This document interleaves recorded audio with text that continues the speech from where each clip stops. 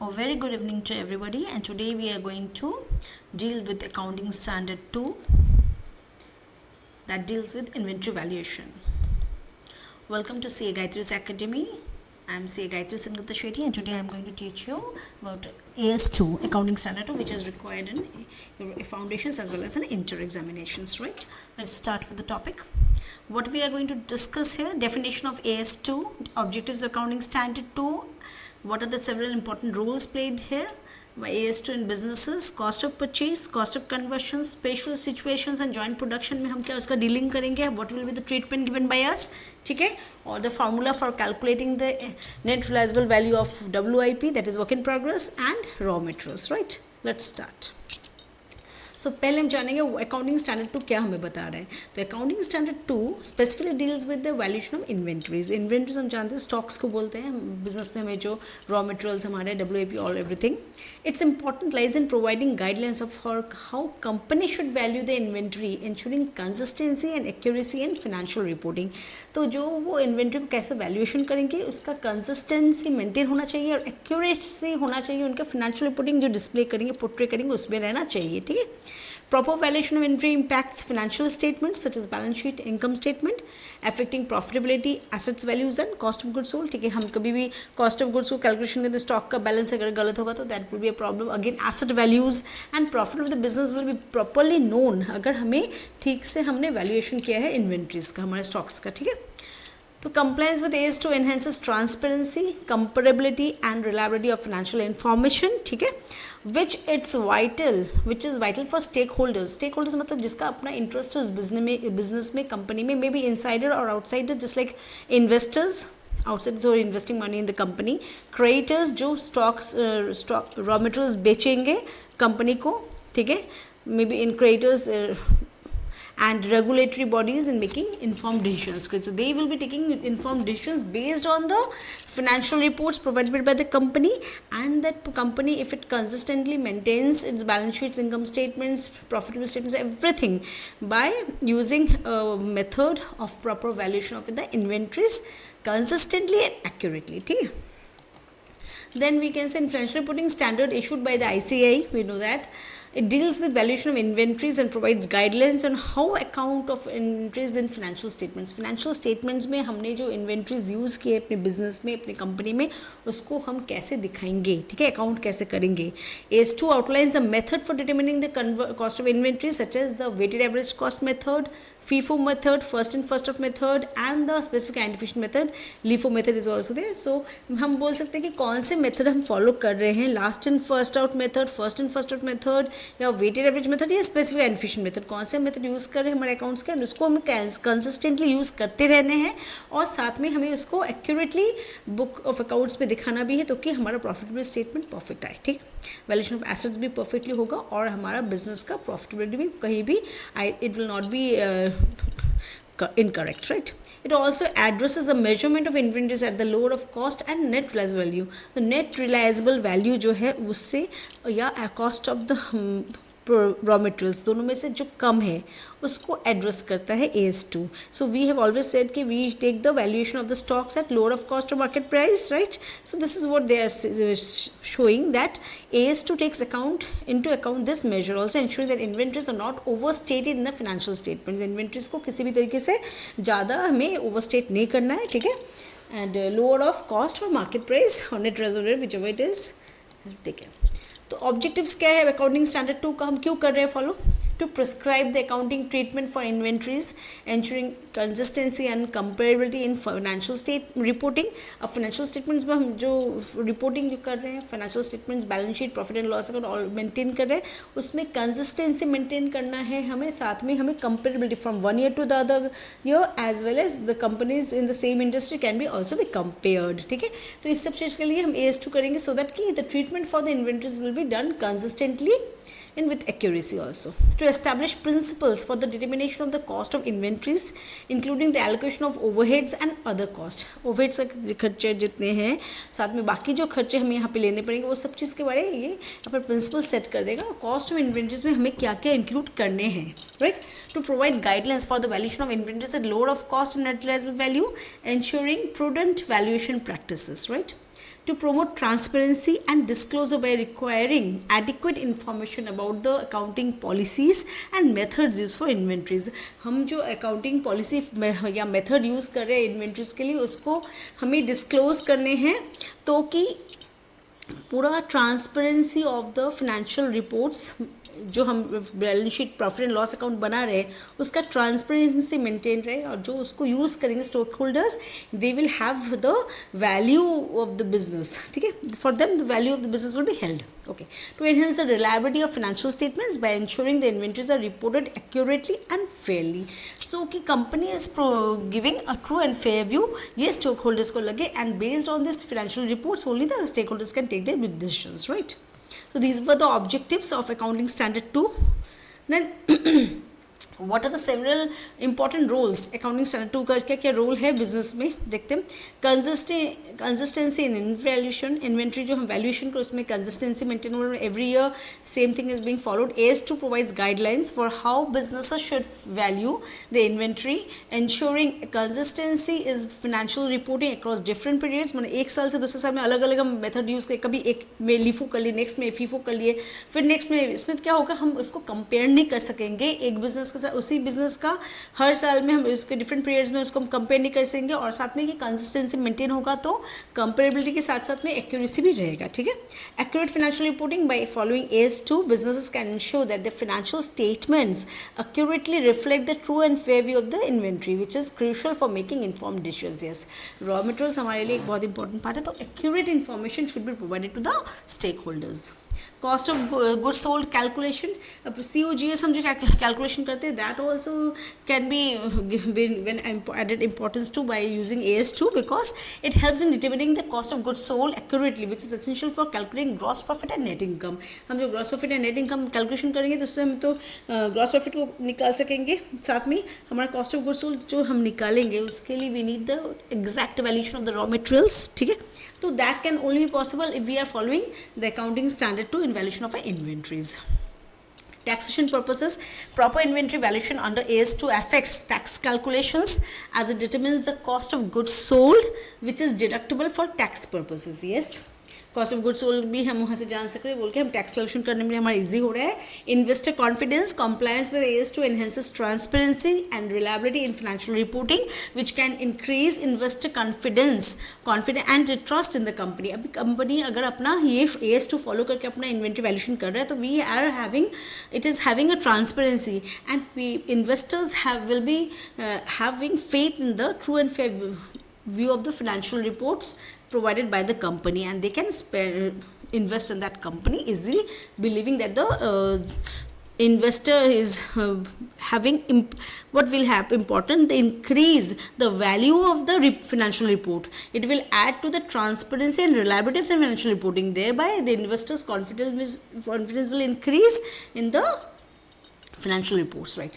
Comparability AS2 ensures that inventory valuation methods used by different companies are consistent, allowing for easy comparison of financial statements across businesses within the same industry. हम सिर्फ comparability within the one year to the other year उसी company का नहीं कह रहे हैं. अगर same industry में for example there is raw materials clothes, ठीक है, अभी रेडीमेड गारमेंट्स का बिजनेस है, 2-3 business different ABC XYZ 1 2 3 companies are there having the same type of business textile industry and they are having the financial statements. If they are following the same accounting standard for AS2 valuation of inventories, accounting standard 2 they are following valuation in inventories, they are following the same method. For example, they are taking first in first out method, for example we are taking it, so it will be easy for us to compare what they are doing, which method they are following. Okay, so it becomes easier not only within that company itself but also within the businesses across the country in the same industry, right? Overall, AS2 helps businesses maintain accurate financial records, comply with regulatory requirements and provide stakeholders with reliable information for decision making. Stakeholders में जिनका भी वहाँ पे interest है, maybe insider, outside insider means the business operators as well as we can say the जिनका business है वो तो inside decisions लेते हैं as well as the profitability of the business will be shown in a very correct way. और जो outsiders जैसे investors हो गए, creators हो गए, regulators different, उनको भी लगेगा, इस पर भरोसा आएगा कि business जो है वो अपना AS2 valuation of inventories में follow कर रहा है ठीक से consistently and accurately, so उनका फाइनेंशियल रिपोर्ट जो है वो ट्रू एंड फेयर है। Measurement of inventory refer to the various methods used to determine the value of inventory held by a business। ठीक है, अब बिजनेस जो है इन्वेंट्री हेल्ड करके रखा उसके लिए क्या क्या मेथड हम फॉलो कर रहे हैं वो हम यहाँ पे देखेंगे। The common measurements of inventory include cost incurred to acquire और प्रोड्यूस इन्वेंट्री। ठीक है, अब जो खर्चा हम कर रहे हैं उसको खरीदने में या तैयार करने में, ठीक है, it includes purchase of price, transportation cost and any additional cost necessary to bring the inventory to its present location and condition. अभी जो गोडाउन में हमारा मैन्युफैक्चरिंग होगा, मतलब जो फैक्ट्री है वहाँ तक आने के लिए उसका जो ट्रांसपोर्टेशन कॉस्ट को ऐड करने हैं, उनको परचेज प्राइस ऐड करने हैं, और any additional cost necessary to bring the inventory to its location present location and condition. ठीक है, कोई भी खर्चा हमें लगता है जो उसको वहाँ से लाते हैं जहाँ पे से वो आया है टू मैन्युफैक्चर तो मैन्युफैक्चरिंग यूनिट पहुंचाने के लिए जितना पैसा लग रहा है उसको हमें सबको इंक्लूड करना है। So it will be taking the purchase price, the transportation cost, any additional cost necessary to bring the inventory to its present location and condition, right. Second is net realizable value. What does it mean? NRV, that is net realizable value, is the estimated selling price of the inventory in the ordinary course of business less any esteemed costs for completion, disposal and transportation। कोई भी खर्चा transportation में आता है, disposal में जो cell करके जो पैसा आएगा, और एस्टिमेट कॉस्ट ऑफ कंप्लीशन तैयार करने में, उसको जो खरीदने में जो तैयार करने में जो पैसा मिलेगा वो सबको हम लेस करेंगे।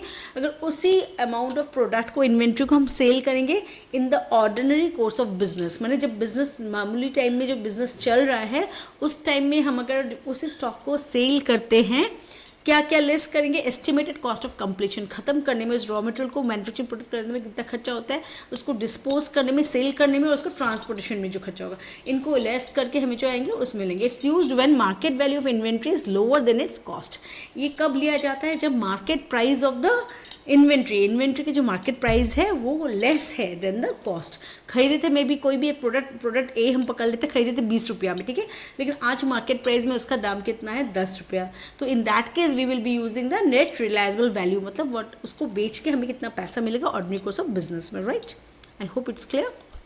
चलिए, market value, this measurement reflects the current fair market value of the inventory. तो it could be replacement cost, the cost to replace the inventory with similar items, net realizable value, और net realizable value minus a normal profit margin, right। market value पे क्या है? जो fair market value उस product का आज के दिन में, ठीक है। अभी हम बोल रहे हैं it could be replacement cost, मतलब सेम चीज़ को खरीदने में, हमें आइटम को मार्केट से खरीदने में कितना पैसा लगेगा, व उसको बेच के हमें कितना पैसा मिलेगा, नेट रिलायबल वैल्यू, और net reliable value minus net normal profit margin, कुछ प्रॉफिट रख के हम उसको सेल कर रहे हैं। ये तीनों में से हम किसी भी एक प्राइस को लेंगे as market value.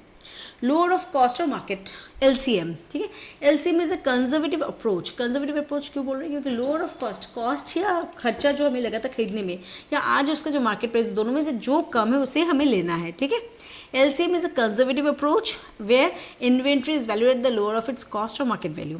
It ensures that inventory is not overstated on the balance sheet. Balance sheet में overstate करके अगर inventory को हम दिखाएंगे तो हमारा cost of goods sold का जो valuation आएगा that will be incorrect. So in that case we are following a conservative approach, क्योंकि हम सबसे में कम को लेके चलेंगे, दोनों में से जिसका कम प्राइस है, lower of cost और the market value, that so that the inventory is not overstated, दाम में ज़्यादा प्राइस में नहीं दिखाया जाएगा बैलेंस शीट में, ठीक है।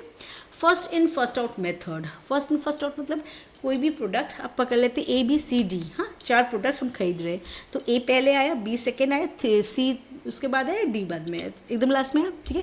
तेरा नंबर ओहो। अभी FIFO, first in first out, इसमें क्या होता है, इस प्रोडक्ट में क्या होता है, जो पहले आता है वो पहले निकलता है, ओके।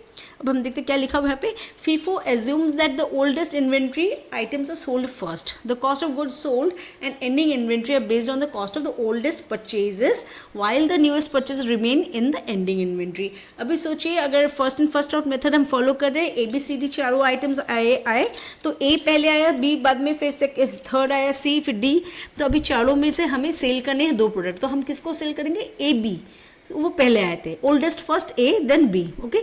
जो रह जाएंगे क्या? C and D, because we are following the first and first out method. जो ओल्डेस्ट है उसको पहले हमें सेल आउट करना है, तो उसी के लिए क्या करेंगे हम? We will take up the oldest cost किसका पकड़ेंगे? A और B का पकड़ेंगे, not in C and D, right.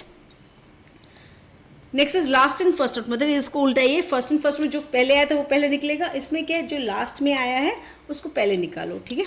LIFO assumes that the newest inventory items are sold first.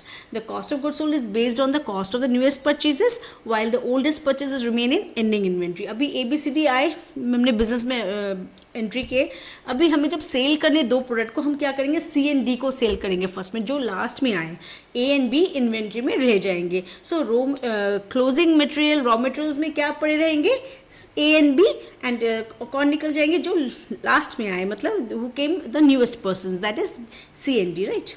सो हम कॉस्ट कौन से कंसिडर करेंगे, कॉस्ट को जो C एंड D का है, मतलब लेटर ऑन जो हम खरीदे थे उसका प्राइस को हम लेंगे कॉस्ट ऑफ इन्वेंट्री का, right. Okay, weighted average cost. This method calculates the average cost of inventory by dividing the total cost of goods available for sale by the total number of units available for sale. जितने goods है हमें sale करने हैं, that divided by the number of units available for sale. The cost per unit is then used to value both the cost of goods sold and ending inventory. Okay.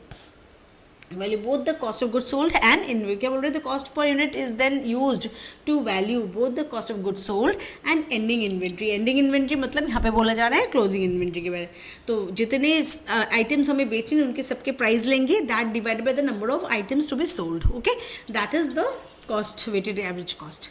These measurements of inventory provides businesses with different perspectives on the value of the inventory and help them make informed decisions regarding pricing, purchasing and financial reporting. Different industries and business models may prefer different methods based on factors such as the nature of inventory, market condition and regulatory requirements. तो कौन से company कौन सा method follow करेगा, that depends on the nature of the inventory, कौन से type के inventory use कर रहे हैं, मार्केट कंडीशंस क्या है उसके ऊपर भी डिपेंड कर, और साथ में कौन से रेगुलेटरी रिक्वायरमेंट्स वहाँ पे प्रिवेलिंग है जिस मार्केट में ये बिजनेस है, ठीक है। सो ये हमें हेल्प करेगा इन्फॉर्म डिसीजंस लेने में। साथ में रिगार्डिंग प्राइस, परचेजिंग, हम जब कोई भी कॉस्ट निकालना चाहते हैं, फाइनेंशियल रिपोर्टिंग जो करेंगे उसमें हमें रॉ मटेरियल्स का, closing raw material, opening raw material दोनों का प्राइस भी मेंशन करने हैं, ठीक है। Then cost of purchase. So what does the cost of purchase mean? Cost of purchase means the cost of purchase refers to the total amount of money expended by a business to acquire the inventory. Inventory को खरीदने में कितना पैसा हमारा invest हुआ, ठीक है। It includes not only the purchase price of the goods but also any additional cost directly attributable to bringing the inventory to its current condition and location. Transportation cost जो भी हमें लगा वो हमें पूरा यहाँ पे ऐड करना है with the cost, खरीदने में जितना पैसा लगा था, आज जो पोजीशन में वो इन्वेंट्री पहुंचा है, that is a manufacturing unit, वहाँ तक पहुंचने में जितने भी खर्चे हुए हैं along with the cost of purchase will be taken in the cost of purchase, ठीक है।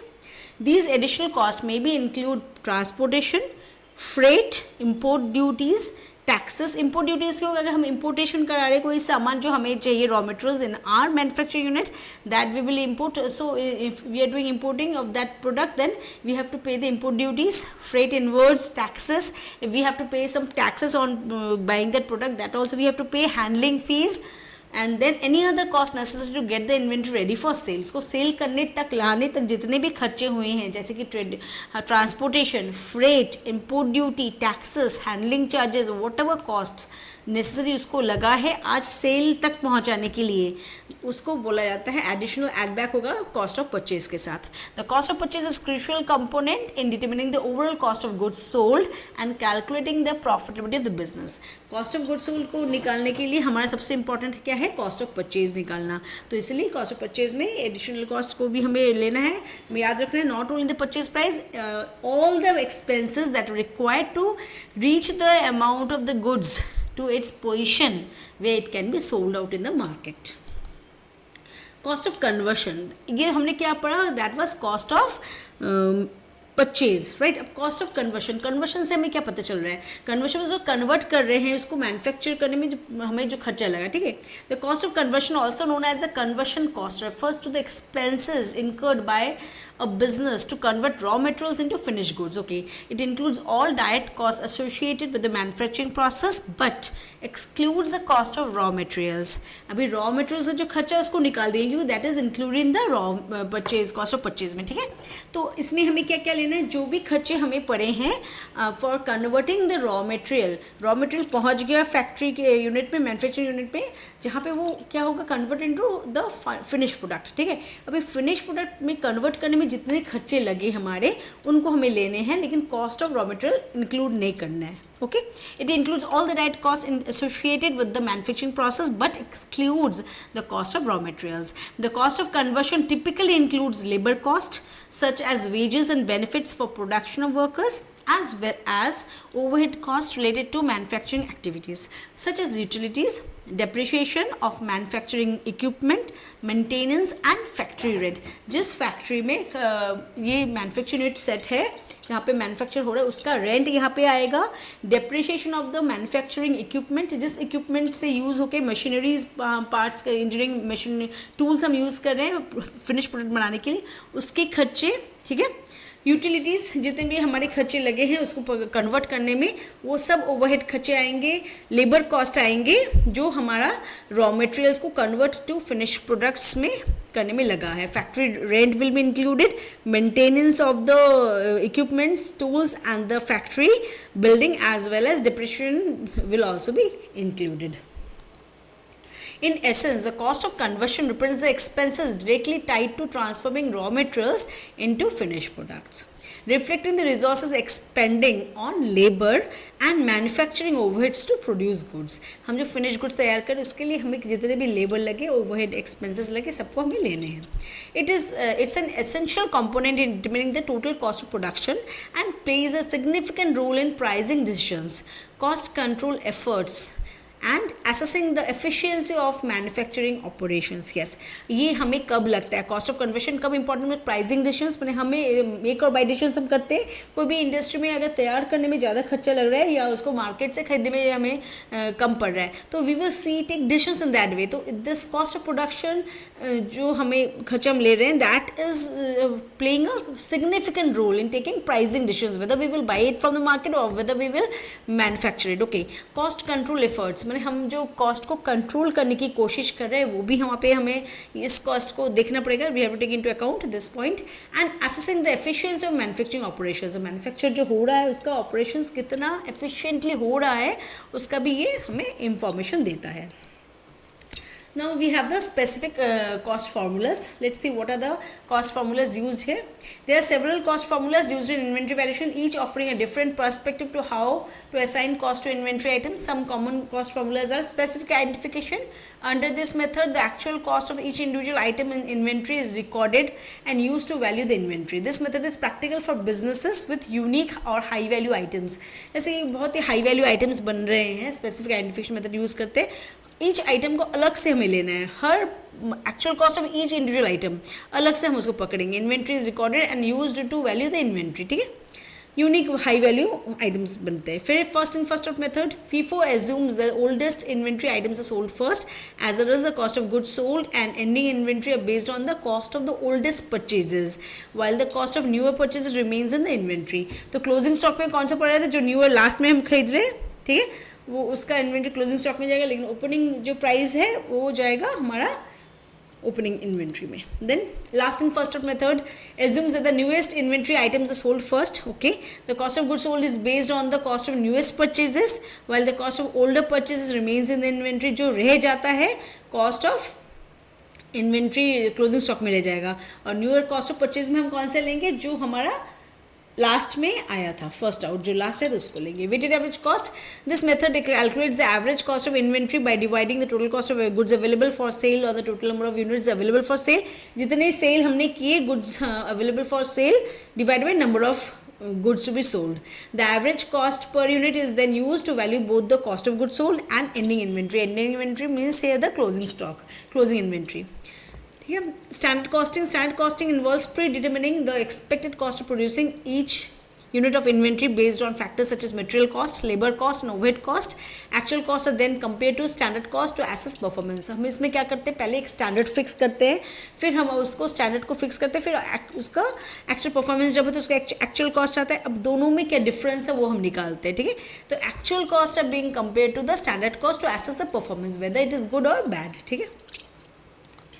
Replacement cost. Replacement cost involves valuing inventory at cost or replace it with the similar items at current market prices. Current market में क्या उसका price है, उस market में हम replace करेंगे तो वो उसका क्या आएगा, तो that what price it will cost when we are buying it in the current market. This method is useful when the replacement cost are lower than the original cost और when market prices are declining. जब market price कोई भी product का कम रहा है, गिर जा रहा है, तब हम ये वाला मेथड फॉलो करते हैं. ठीक है. लोअर ऑफ कॉस्ट और market value LCM is a conservative approach where inventory is valued the lower of its cost और market value. This method ensures that the inventory is not overstated on the balance sheet. ठीक है. Replacement cost और lost lower of cost और market value में difference क्या है? Replacement cost तब use करेंगे इन्वेंट्री जब cost to replace it with similar current market price में कम जा रहा है. हम रिप्लेस करने का जो खर्चा है वो बहुत ही कम रहा है, दिन दिन उसको वैल्यू गिरता था, हम रिप्लेसमेंट कॉस्ट को लेंगे.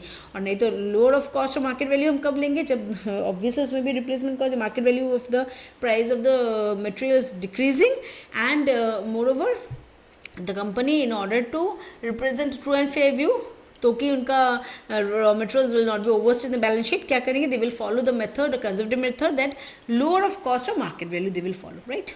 Based on factors such as the nature of inventory, market conditions. Nature of inventory किस टाइप का पेरिशेबल गुड्स है कि नहीं, या whether they are durable goods और हाई वैल्यू इंपॉर्टेंट, उस पर डिपेंड करता है. मार्केट कंडीशन मार्केट में क्या कंडीशन, इकोनॉमिक सिनेरियो कैसा है वो डिपेंड कर रहा है. रेगुलेटरी रिक्वायरमेंट्स, क्या क्या रेगुलेटरी रिक्वायरमेंट्स हमें देखना है. तब बहुत सारे टाइम में कुछ प्रॉब्लम्स चलते हैं कि रिक्वायरमेंट्स बहुत ज़्यादा रहते हैं, तब वो इन्वेंट्री हमें देख के लेना पड़ेगा which method will be suitable in that situation. And management preferences, management का प्रेफरेंस को भी यहाँ पे इंपॉर्टेंस देने हैं. ठीक है. Each cost formula has its advantages and disadvantages, and the choice of method can significantly impact the financial statements and profitability. ठीक है.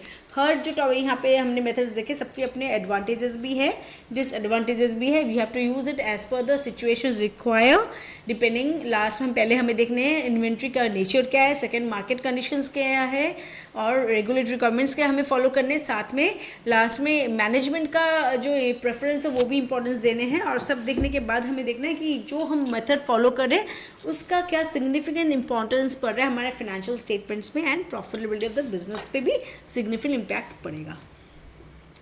अभी स्पेशल सिचुएशंस में कैसे हम इसको ट्रीट करेंगे इन्वेंट्री को, और इसके बाद में हम करेंगे इन जॉइंट प्रोडक्ट्स. ठीक है. Special situations such as when inventory items are damaged, obsolete और have abnormal cost associated with their acquisition और प्रोडक्शन. बिजनेस में we need to allocate cost differently to accurately reflect their value.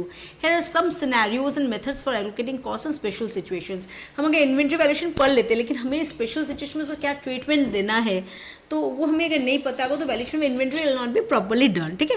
तो we have to also take into account the what are the treatment methods we can follow when there is any special situation like damaged inventory. Inventory damage हो गया, जो हमें पता नहीं था ऐसा हो भी सकता है, but we know that it can be. So in that case how we will we deal it? If inventory items become damaged, the cost allocated to those specific damage items may need to be adjusted to reflect the reduced value. तो उनका जो reduced value है वहाँ हमें वो ही reflection दिखाना है. हम तो उसको एक्चुअल प्राइस में दिखा नहीं सकते because they are already damaged. So we have to allocate those costs to specific damaged items may need to be adjusted. Okay, this could involve reducing the cost of goods sold for the damaged items or writing down the carrying value of the damaged inventory on the balance sheet. Balance sheet में हम जब represent करेंगे उसको हम value को कमा दे के दिखाएंगे, as well as good of cost of goods sold जब calculation करेंगे तो damaged items को हमें write down करना है, उनका price को कमा देना है. ठीक है. Obsolete inventory, when inventory becomes obsolete meaning it is no longer saleable or at its original cost. ठीक है. जब उसको जो प्राइस में हमने खरीदे थे उसको हम उस प्राइस में बेच नहीं सकते, ऑब्सोलीट हो गया है. ठीक है. Businesses may need to write down the value of the obsolete inventory to its estimated net realizable value. मतलब जिस प्राइस में उसको मार्केट में हम बेच सकते हैं उसी प्राइस में. Okay. This involves adjusting the cost of goods sold or reducing the carrying value of the obsolete inventory on the balance sheet. Balance sheet में हम जब दिखाएंगे उसका वैल्यू को हमें कमाना है. ऑब्सोलीट कब होता है? May B new system of engineering system है स्प्रंग अप, और कोई भी एक नया सिस्टम आ गया जिसके लिए आगे के जो यूज़ होते वो ऑब्सोलीट हो गए. सिस्टम्स में जो मैन्युफैक्चर वो अभी और सिस्टम वो फॉलो नहीं हो रहा है that method.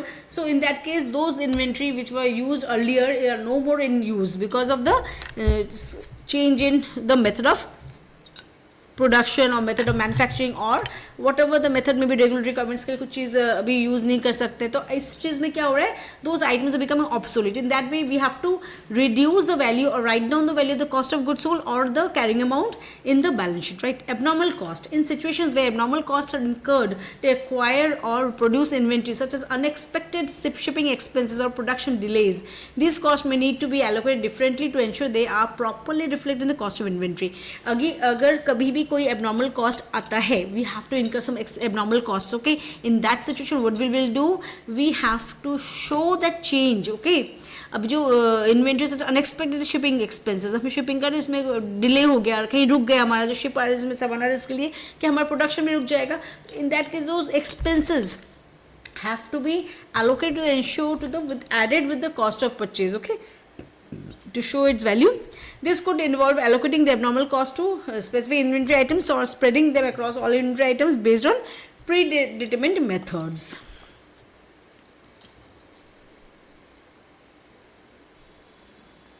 Then we have product line discontinuation, okay? If a business decides to discontinue a product line, the cost associated with the product line may need to be allocated differently.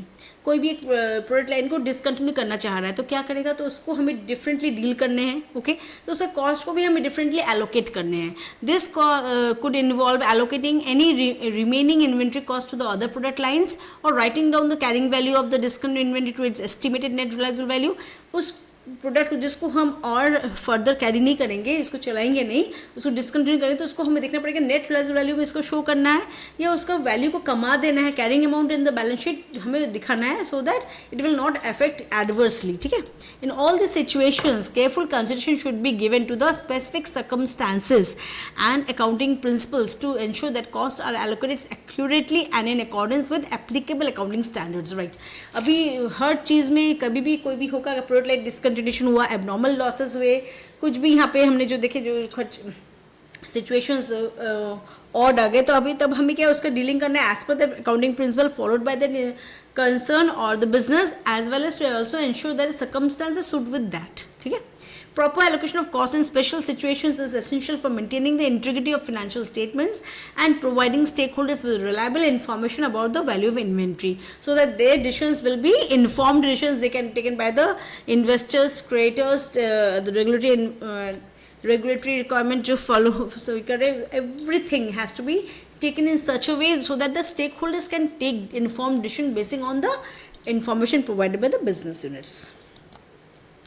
सो अभी वो तो special, अभी अगर होता है joint production, ठीक है, अब हमें कैसे इसको डील करने हैं. In joint production processes where two और more products are produce simultaneously from a common input और inputs allocating cost can be challenging. Here are some methods of allocating cost in joint products. अभी तक तो हमने special situations में कैसे deal करने हैं वो पढ़े, ठीक है. अभी एक तो हो गया, अब उसमें क्या था, एबनॉर्मल था, ऑब्सोलीट हो गया, बंद होना, दैट वाज डिफरेंट इशू. अभी जॉइंट प्रोडक्ट, एक रॉ मटेरियल जो आया है वो दो प्रोडक्ट में यूज़ हो रहा है, मैंने दो चीज़ को तैयारी करने में होता है. अब हमें कैसे एलोकेशन करने, किसके खर्चे कितने हैं, ठीक है. So we seeing two or more products are produced simultaneously from a common input or inputs. Allocating cost can be challenging, okay. Physical measures. This method allocates joint cost based on physical measures such as weight, volume or quantity of each joint product. The common inputs total cost is divided among the joint products based on their relative physical measures. For example, if two products are produced from a common batch of raw materials, the cost may be allocated based on weight or volume of each product. अभी A और B बना है एक input से. अभी हम पकड़ लेते हैं XYZ एक मटेरियल इनपुट है जिससे A और B दो प्रोडक्ट बना है. अभी दोनों का एक का 60% वेट है, एक का 40% वेट है, तो according to weight the cost will be given to them, ठीक है, अकॉर्डिंग टू वॉल्यूम, ठीक है. Sales value or at split off point. Under this method, joint costs are allocated based on the relative sales value of each joint product at the split off point, which is a point in which the production process where joint products become identifiable. The total joint costs are allocated to each product in proportion of its sales value at the split off point. Split off point मतलब अभी manufacturing product शुरू हुआ, अब A में कौन सा जाएगा, B में कौन सा जाएगा, वो हमें कब पता चलेगा, स्प्लिट पॉइंट में, जहाँ से वो अलग हो रहे हैं, जहाँ से दोनों को अलग अलग आइडेंटिफिकेशन मिल रहा है, तो वहाँ यहाँ पे आके हमें कॉस्ट को ठीक करना है according to the amount use by one product, A और बी। ए अगर यूज़ कर 33%, तो रेस्ट कितना बाकी रहा 77%, वो कौन यूज़ करेगा, बी। तो अब we have to do it in according to the sales value at split of point. Split of point में हमें सेल्स वैल्यू को डिसाइड करना है। So the total joint cost are allocated to each point in proportion of its sales value at the split of point. A कितने price में जा रहा है, अगर ए जा रहा है 100 रुपीज़ में और बी जा रहा है 20 रुपीज़ में, तो we have to do it in that way. Net residual value method. This method allocates joint cost based on the estimated net residual value of each joint product at the split of point. Split of point means where we can understand whether it is A or B. Identification is made here clear. Joint costs are allocated to each product based on its estimated net residual value as a percentage of the total net residual value of all joint products. Okay, net residual value is the estimated selling price minus the estimated cost necessary to complete the product and prepared for sale. खरीदने से लेके उसको cell करने तक जितने खर्चे उसको less करके हमें वो कस्टमर को दिखाना है, और इसमें नेट रेजिडुअल उसको बेच के हमें कितना पैसा मिलेगा, पूरा टोटल जितना है उससे कितना प्रोपोर्शन ए है कितना प्रोपोर्शन बी है, तो वो रियलाइज कितना कर सक रहा है at the split of point, वो हमें यहाँ पे निकालना है। तो joint cost are allocated to each product based on its estimated net result value as a percentage of the total net realizable value of all joint products. Constant gross margin percentage NRV method. This method is similar to the net result value method but applies a constant gross profit margin percentage to estimated net result value of each joint product. The constant gross profit margin percentage is determined based on historical or industry specific data and is used to allocate joint cost to each product. अभी constant gross margin percentage fix करें net result value, net result जो है उसके ऊपर अगर पकड़ लेते 40%, ए रख रहा है बी का रख रहा है 30%, तो उसी मेथड में उसको क्या किया जाएगा, जो नेट रेजिडुअल वैल्यू है उसका एक कांस्टेंट ग्रॉस मार्जिन प्रॉफिट रख दे, उसी के बेसिस में उसको एलोकेट किया जाए, joint cost of the each product दिया जाएगा, and that is depending on the historical method followed by the company और by the industry specific data, right. Then we have the market prices. In some cases, joint products may have readily observable market prices at the split of point. Joint costs can be allocated based on the market price of each product, ensuring their costs are allocated in the line with market values. Okay? In some cases, joint products may have readily observable market prices at the split of point. क्या है, जब split of point होगा उनका market price दोनों का A B दोनों हम जानते हैं कौन सा आइडेंटिफाई हो गया, अब दोनों का मार्केट वैल्यू अलग होगा, ठीक है, on that split of point. अभी हमें एलोकेशन करना है on depending on that price at that date, ठीक है, एंड जो the cost allocated in the line with market values. The choice of cost allocation method depends on factors such as the nature of the joint products, कौन से क्या nature है joint products का, market conditions क्या है, and regulatory requirements क्या हमें requirement है, वो भी हमें देखना है तीनों के चॉइसेस करने के लिए. Careful considerations should be given to selecting the appropriate method to ensure that cost are allocated fairly and accurately among joint products. Joint products में जो पैसा हम दे रहे हैं, ए में कितना खर्चा बी में कितना खर्चा, तो दो पूरा कैसे जाएगा depending on the nature of the joint products, market conditions and regulatory requirements. Okay, और केयरफुल सिलेक्शन मेथड हमें देखना है, कंसिडरेशन लेना है, so that true and fair view of the joint products cost is allocated. Additionally, businesses may use multiple methods or a combination of methods to allocate joint cost depending on the circumstances. तो every decision has to be depending on the circumstances of the case. तो इसमें पहले तो हमने बोला split of point में जो पैसा है उसी को हम देंगे डिफरेंट इसमें चॉइस में, and that choice also becomes important. हो सकता है कि हमें 2-3 मेथड फॉलो करें, तो we have to see depend on the company और the nature of the inventory specific. The net realisable value NRV of work in progress. यहाँ पे हमें NRV ऑफ 2 है, एक है WIP का क्या है वर्क इन प्रोग्रेस, मतलब जो चीज़ अभी भी बन रहा है पूरा नहीं बना, और एक है क्या है रॉ मटेरियल्स जो हमारे इनपुट बनने में काम लगे हैं, ठीक है. The net result value of work in progress is refers to the estimated selling price of partially completed goods. पूरा नहीं तैयार हुआ है, तैयारी चल रहा है, ठीक है. Less estimated cost necessary to complete the production process and prepare the goods for sale. उसको पूरा तैयार होने में कितना खर्चा लगेगा उसको हमें लेस करने हैं, और उसको प्रिपेयर करना सेल करने के लिए उसको भी यहाँ पे से हमें लेस करना है. It is important concept in inventory valuation, particularly in industries where work in progress represents a significant portion of the inventory. Okay. सिर्फ वर्क इन प्रोग्रेस काफ़ी ज़्यादा है, तो वहाँ पे हमें ये देखना है कि वो उसका कॉस्ट ऑफ इन्वेंट्री कितने हैं, ठीक है। The calculate the NRV of a work in progress, the following steps are typically follow. Determine the selling price, estimate the selling price of the partially complete goods once they are finished, जब पूरा तैयार हो गया तब उसको हम determine selling price. This involves market research, analysis of past sales data और consideration of the prevailing market prices. अभी जो प्रिवेलिंग मार्केट प्राइस उसको भी हमें कंसिडरेशन में लेना है, पास्ट सेल्स डाटा क्या था वो भी देखना है, साथ में इन्वॉल्व मार्केट रिसर्च भी हमें करने हैं, तो कि determine the sales price. Estimate completion cost, identifying the additional cost required to complete the production process and prepare the goods for sale। उसको तैयारी करना है पूरा, वो सेल किया जा सकता है और उसको पहले पूरा कंप्लीट करेंगे प्रोडक्शन मेथड को, उसका खर्चा भी लेना है और साथ में जो खर्चा हमें लगा है उसको प्रिपेयर करने सेल के लिए वो भी यहाँ पे ऐड करना है। This includes direct labour, material, overheads cost and any other expense directly attributed to completing the production process, ठीक है। Then calculate NRV. एनआरवी हम कैसे निकालेंगे डब्ल्यूआईपी का, मैंने वर्क इन प्रोग्रेस को। Subtract the estimated completion cost from the estimated selling price to determine the net present value of the work in progress. क्या बोल रहे हैं, estimated selling price of the goods, जो sell करेंगे इस price में, estimated selling price minus the estimated completion cost, उसको तैयारी करने में और सेल करने में जितना खर्चा हुआ है तो वो भी यहाँ से हमें लेस करने। तो estimated selling price minus estimated completion cost is the net present value of the work in progress. It's important to regularly review and update the estimates of selling price and completion cost to ensure that accuracy of the NRV calculation is done. तो हमें इसको completely continuous इसको review करते रहना पड़ेगा और देखते रहना पड़ेगा, अपडेशन देते रहना पड़ेगा, ठीक है। So that selling price and completion cost to ensure accuracy of NRV value calculation. Additionally business should consider factors such as market conditions, technological advancements and changes in the production process when estimating NRV. NRV जब करेंगे तो उसमें हमें क्या क्या देखना है, production process and estimating NRV. Market conditions क्या प्रिवेलिंग है, टेक्नोलॉजिकल एडवांसमेंट्स क्या आ रहे हैं, क्योंकि टेक्नोलॉजिकल एडवांसमेंट्स के लिए बहुत कुछ चीज़ हमारे ऑब्सोलेट हो जाएंगे। मार्केट कंडीशंस क्या चीज़ का मार्केट का स्टडी हमें अच्छे करना है। We have to analyse the market and take the different factors which way are going to affect the estimating of NRV. The NRV of work in progress is use to determine, क्या चीज़ में ये हमें लग रहा है, the appropriate valuation of WIP on the balance sheet date. If the NRV is lower than the cost of the work in progress, the inventory may need to be written down if or towards NRV to reflect its lower value and prevent overstatement of assets. अभी work in progress का हमें valuation क्यों करने लग रहा है, क्योंकि अगर हम उसको ठीक से अमाउंट में दिखाएंगे तो ठीक है, लेकिन अगर उसको हम देख रहे हैं कि value of the net result value of the products is decreasing, in that case we have to reduce the value of the carrying amount in the balance sheet. This adjustment ensures that inventory is reported at the lower of cost or market value in accordance with accounting principle such as the lower of cost or market value LCM rule, or that is the we can say a conservative approach. Okay.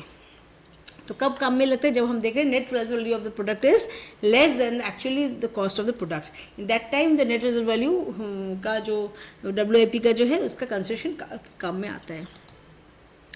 Estimate processing cost. Okay, identify the additional cost required to process the raw materials into finished goods. This includes direct labor, manufacturing overheads, materials and other expenses directly attributable to the manufacturing process. Okay, calculate and subtract the estimated processing cost from estimated selling price of the finished goods to determine the net present value of the raw materials, right? अभी हम raw material से कर रहे हैं, raw material का हम कैसे calculation करेंगे, what how to calculate the matter estimated process. जो हमारा जो एस्टिमेटेड परचेज प्राइस था उसे हमें क्या करना है, estimated price for production process जो कंस्ट्रक्ट करने में रॉ मटेरियल्स को पहुंचाने में पूरा प्रोडक्ट तक कितना हमें खर्चा होता है, ठीक है. So that is we have to consider here for the calculation of the NRV of the raw materials. The formula for calculating the NRV of raw materials can be expressed as NRV of raw materials कैसे आएगा, estimated selling price of finish goods minus estimated processing cost. ठीक है, processing must में जो raw material को convert करने में जितना खर्चा हो वो सब आ जाएगा. It's important is to regularly review and update the estimates of selling price and processing cost to ensure that accuracy of the NRV. Okay, NRV net result value क्या आ रहा है वो हमें देखते रहना पड़ेगा, और अगर NRV कम हो रहा है आइटम का then we have to reduce the carrying cost in the balance sheet of the raw materials and the profit statement as likewise will also decrease. We have to see technological advancements and changes in production process when estimating the NRV have to take into consideration. The NRV of raw materials is used to determine the appropriate valuation of raw materials on the balance sheet. Balance sheet में raw materials का appropriate valuation करना बहुत ज़रूरी है, because that is going to give you the correct cost of goods sold, as well as it is also going to reflect the true profitability of the business. If the NRV is lower than the cost of raw materials, the inventory may need to be written down to its NRV to reflect the lower value and prevent overstatement of assets.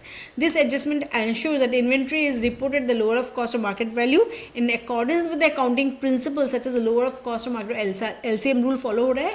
तो अगर NRV of raw materials is less then the cost of the raw materials valuation of the appropriate, then we have to reduce the inventory, we need to written down the NRV value of the in order to prevent overstatement of assets को overstatement नहीं होगा. जो हमारे balance sheet में जाएगा raw materials closing stock में, उसका value बढ़ा के नहीं जाए, इसलिए we have to follow the LCM rule. Okay, thanks for watching. Hope everything is clear till now, and in the next video I will be taking up the questions MCQs for this AS2 valuation variance. उसके हम कुछ MCQs कर लेंगे. Thank you.